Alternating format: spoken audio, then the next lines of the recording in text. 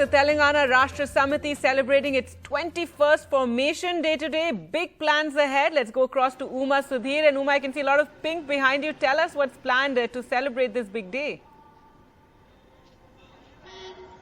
Gargi, it's as if the entire city is dressed in pink, draped in pink, and here we are at the HICC venue where about 3,000 delegates, only by invitation. The other cadre is not been asked to come in today, only they are there, but everywhere you can see posters of KCR, and yes, there are 21 very, very prominent because it is the 21st birthday. So in a sense, it's a coming of age of the Telangana Rashtra Samithi that in fact till now was operating only on domestic turf, only in Telangana, and now KCR has declared very clearly his intent to go national. So there are three things that are going to happen today. One, this is a day-long session, 3,000 people at around 11 o'clock.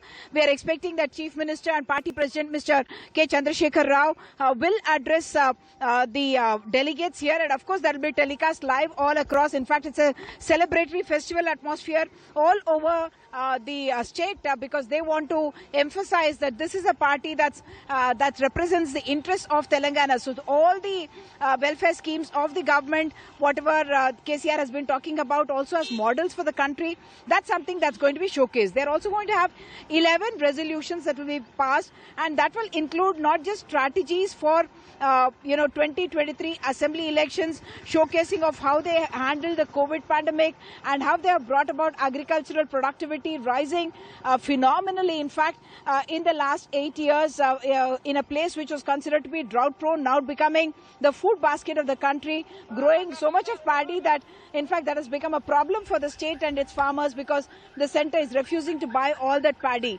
But much more importantly, they are also going to be talking about the kind of national role that KCR is envisaging for himself.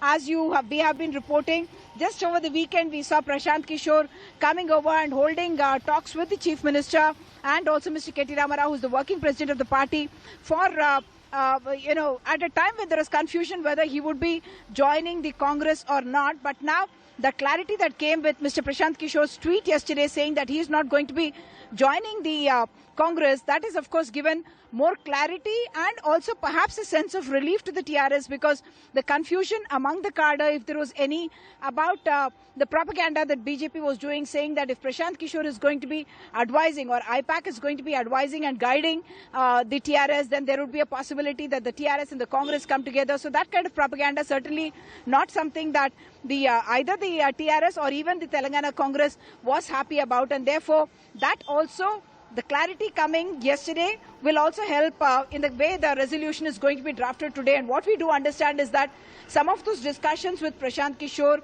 those are also going to be reflected in the resolutions, the 11 resolutions that we are talking about that are going to be tabled today and will be passed. Back to you, Gargi.